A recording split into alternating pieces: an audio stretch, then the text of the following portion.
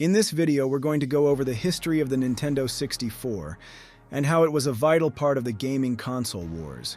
Fighting. Sports. No matter where you want to go, the possibilities are endless. Man, this thing goes on forever.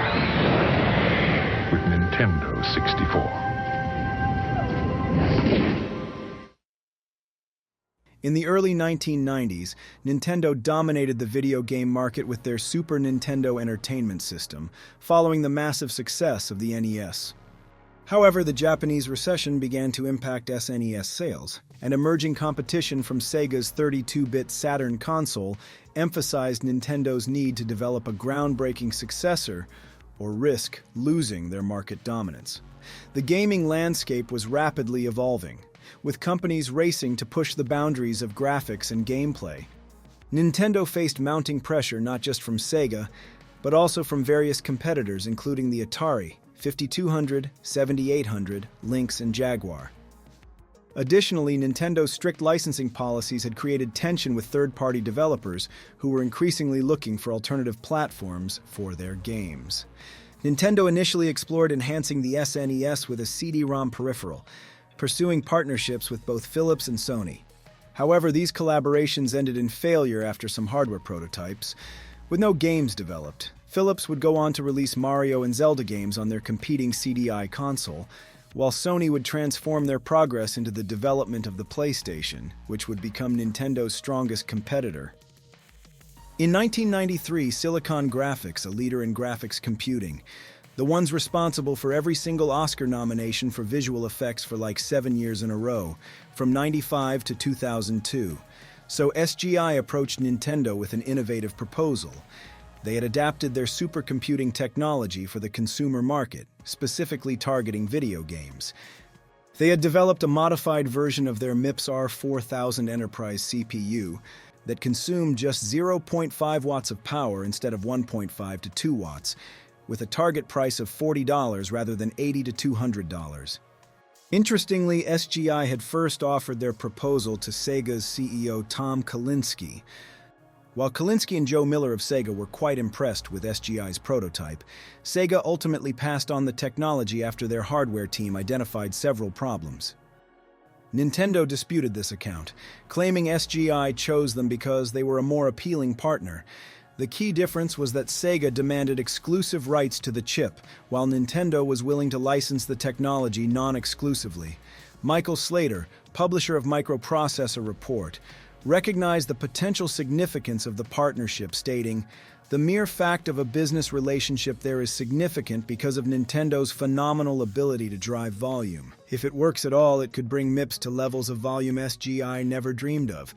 SGI founder Jim Clark met with Nintendo CEO Hiroshi Yamauchi in early 1993, initiating what would become known as Project Reality.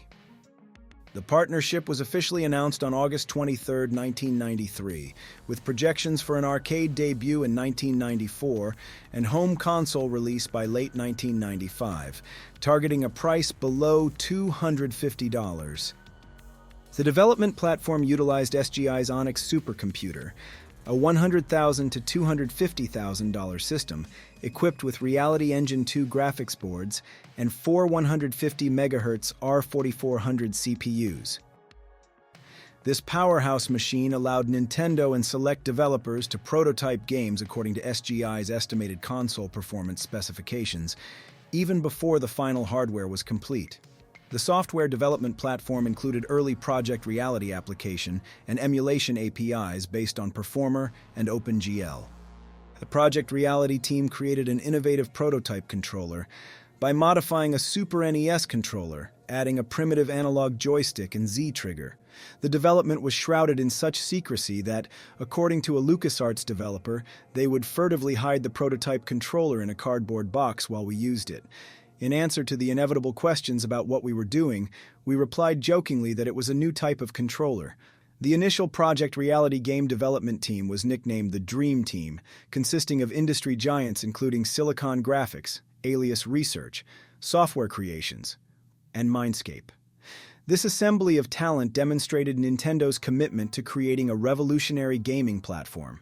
The console's design was first revealed in late Q2 1994, displaying the Nintendo Ultra 64 logo and a ROM cartridge, though no controller was shown.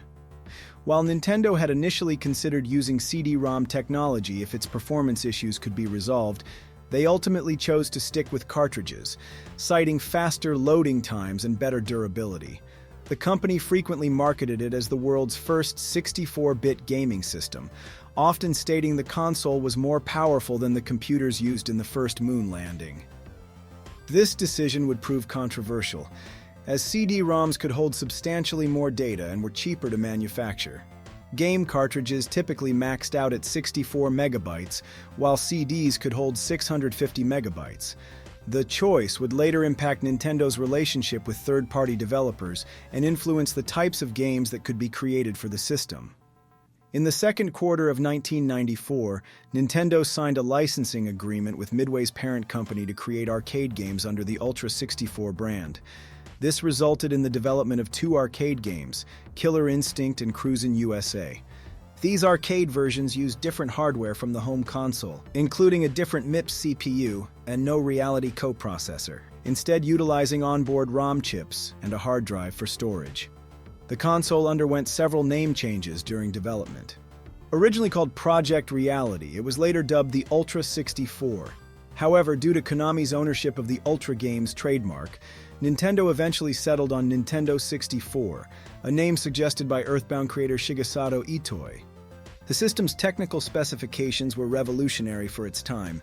The console featured a 64-bit NEC-VR 4300 CPU, running at 93.75 MHz, capable of 125 million instructions per second.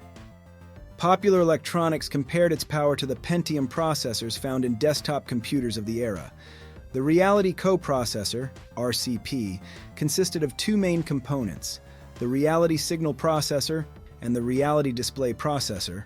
The system shipped with 4 megabytes of Rambus RD-RAM, expandable to 8 megabytes with the expansion pack. The Nintendo 64's ambitious development culminated in its Japanese debut at Nintendo's 7th annual Shoshinkai trade show on November 24, 1995. The event drew massive crowds, with hordes of Japanese school kids huddled in the cold outside, eager to get their first glimpse of the future of gaming.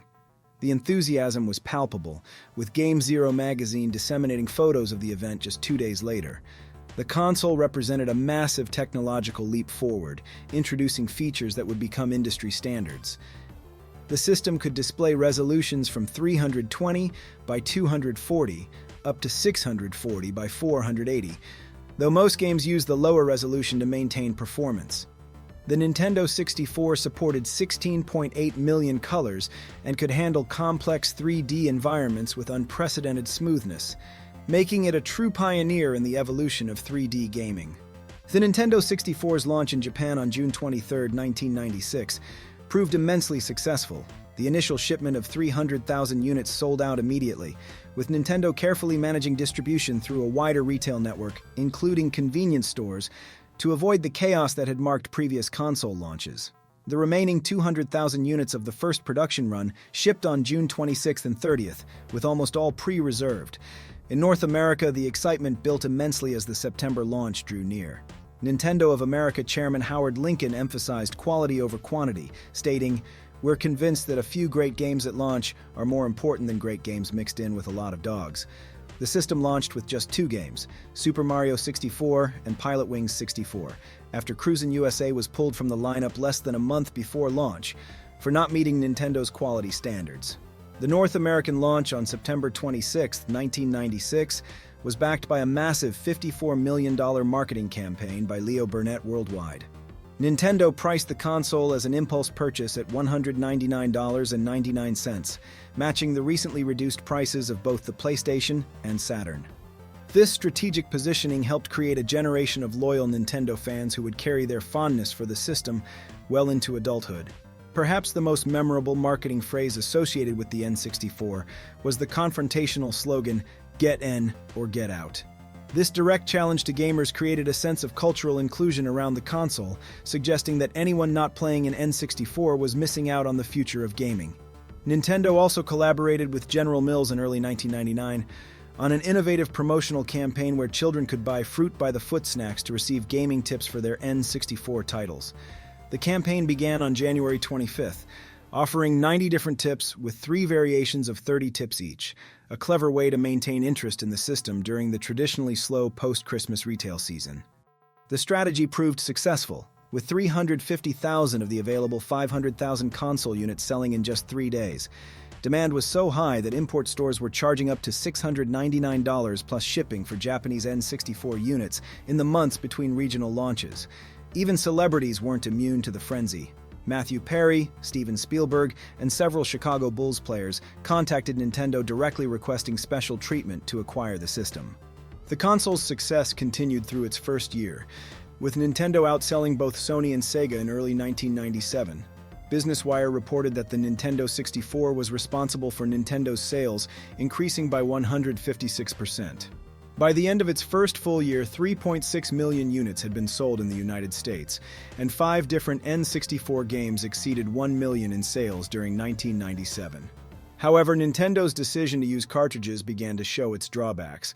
The manufacturing cost for N64 cartridges was significantly higher than CDs, and publishers had to predict demand weeks in advance due to longer production times. This resulted in games costing an average of $10 more than those on competing consoles. The system's momentum was further challenged when 5 highly anticipated games slated for the 1997 holiday season: The Legend of Zelda, Ocarina of Time, Banjo-Kazooie, Conker's Quest, Yoshi's Story, and Major League Baseball featuring Ken Griffey Jr. were all delayed until 1998. Nintendo attempted to fill the gap by announcing Diddy Kong Racing at the last minute. To address the pricing issue, Nintendo worked to lower manufacturing costs for N64 cartridges and announced a new pricing structure that amounted to roughly a 15% price cut on both first-party and third-party games. The move was well received by publishers, with key third-party developer Capcom saying it led them to reconsider their decision not to publish games for the console. The Nintendo 64's performance varied significantly by region. While highly successful in North America, it struggled in Japan, failing to outsell either the PlayStation or Saturn. Benimaru Ito, a developer for Mother 3 and friend of Shigeru Miyamoto, speculated that the console's lower popularity in Japan was due to the lack of role-playing video games, a sentiment echoed by Nintendo CEO Hiroshi Yamauchi. Despite these challenges, the Nintendo 64 continued to innovate through its hardware and accessories. The console's unique controller design, with its 3-handled configuration and analog stick, set new standards for 3D game control. The Rumble Pak accessory, introduced with Star Fox 64, pioneered force feedback in gaming controllers, a feature that would become standard in future consoles. The system's technical capabilities allowed developers to create increasingly sophisticated games. The Nintendo 64's game library, while smaller than its competitors, featured several groundbreaking titles.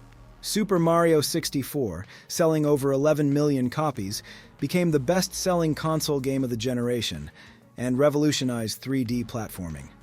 GoldenEye 007 redefined first-person shooters on consoles, while The Legend of Zelda, Ocarina of Time achieved near-perfect review scores and set new standards for action-adventure games. The quality of N64 games was consistently high, particularly those from Nintendo and Rare. The more graphically demanding titles on larger 32 or 64 megabyte cartridges showcased some of the most advanced and detailed graphics of the 32 and 64-bit era. Developers created custom microcode to maximize the hardware's potential, enabling higher polygon counts and more advanced lighting, animation, physics, and AI routines than competing platforms. Conker's Bad Fur Day represented the pinnacle of the system's capabilities, combining multicolored real-time lighting, real-time shadowing, and detailed texturing with a full in-game facial animation system. Nintendo continued to support the system with hardware variations and special editions. The console was released in a variety of colors, including grape, watermelon, fire, smoke, jungle green, and ice. A special gold Nintendo 64 was released for the launch of The Legend of Zelda, Ocarina of Time. These different colored variants helped maintain consumer interest and created desirable collectibles for enthusiasts. In Japan, Nintendo attempted to extend the system's capabilities with the 64DD, a disk drive peripheral that could read and write to proprietary disks, The 64DD included the RANNet online service, allowing players to connect to the internet, share content, and access game updates. However, the Peripheral proved to be a commercial failure and was never released outside Japan. As the Nintendo 64 entered its later years, its cartridge-based limitations became increasingly apparent. While technically capable of impressive graphics and gameplay, the system struggled to compete with the massive game libraries available on CD-based systems. The higher cost of cartridge manufacturing and limited storage space continued to impact third-party support, leading to fewer game releases compared to the PlayStation. As Nintendo looked to sustain momentum for the system, they launched the Funtastic series of colorful translucent consoles with a $10 million print and television campaign from February 28th to April 30th, 2000. This revitalized interest in the hardware itself, turning the console into a design statement for gamers' entertainment centers and introducing a collectible aspect that would later drive the aftermarket value of these special editions. The strategy proved successful, with 350,000 of the available 500,000 console units selling in just 3 days. By the end of 2000, with Sony's PlayStation 2 on the horizon, and Microsoft preparing to enter the console market with the Xbox, the Nintendo 64's era was drawing to a close. The final game released for the system was Tony Hawk's Pro Skater 3 on August 20, 2002. Production of the Nintendo 64 ended on November 30, 2003, with the last systems shipped in early 2004. The Nintendo 64's legacy is complex but significant. While it sold less than the PlayStation, with lifetime sales of 32.93 million units worldwide, 5.54 million in Japan, 20.63 million in the Americas, and 6.75 million in other regions, it introduced numerous innovations that would become industry standards. Its contributions to 3D gaming, controller design, and force feedback technology influenced console gaming for generations to come. Despite facing stiff competition from Sony's PlayStation and Sega's Saturn, the Nintendo 64 cemented its place in gaming history with groundbreaking innovations in 3D gameplay, control design, and multiplayer experiences. While its reliance on cartridges limited third-party support and contributed to a smaller game library, its influence extended far beyond its sales numbers. Even after its discontinuation, the N64's legacy only grew stronger, fueled by a passionate fanbase, dedicated collectors, and a thriving community of developers and modders who ensured that its spirit would not only survive, but continue to evolve. The Nintendo 64 was far more than just a console. It became an object of fascination and nostalgia. Collectors have sought out rare hardware variants, accessories, and special edition cartridges, turning the N64 into one of the most coveted systems in retro gaming. Among the most prized items is the Pikachu-themed console, released in multiple colors, with the ultra-rare NTSC-J Orange Pikachu model fetching over $8,342 in 2021.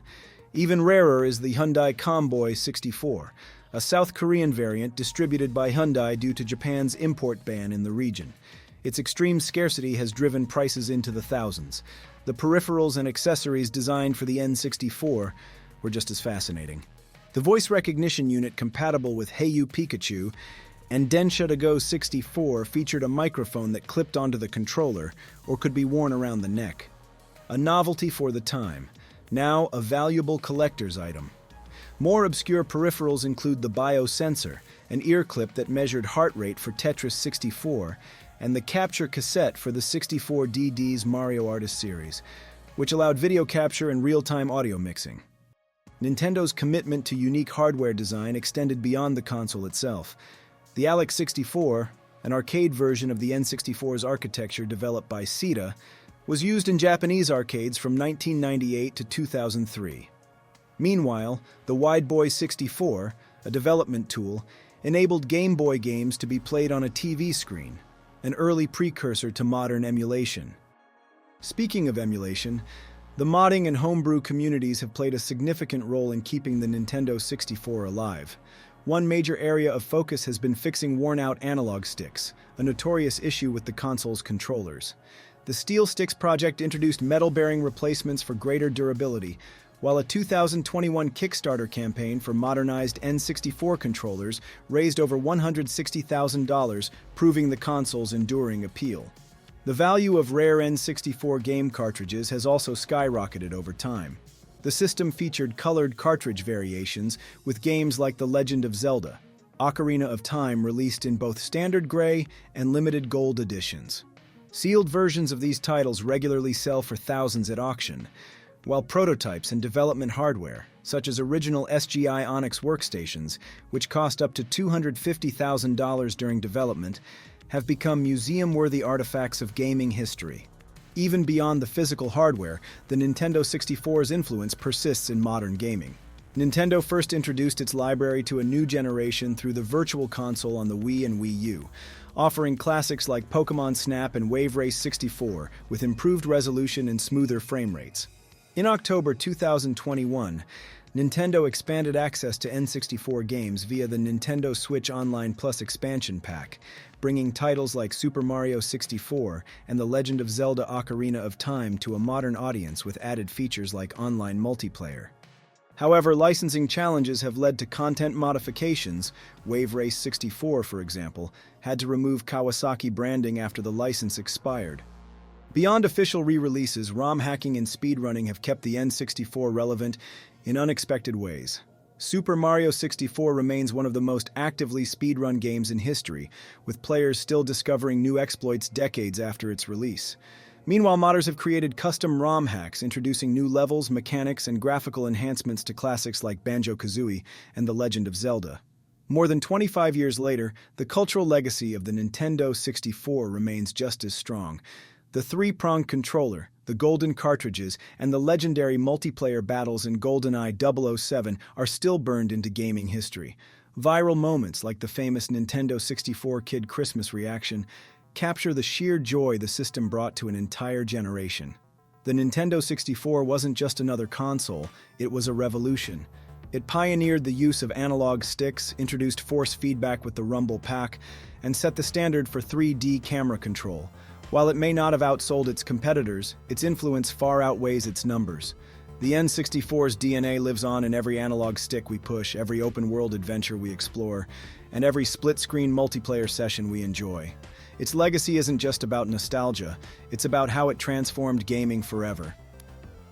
Thanks for exploring the history of this legendary console with me.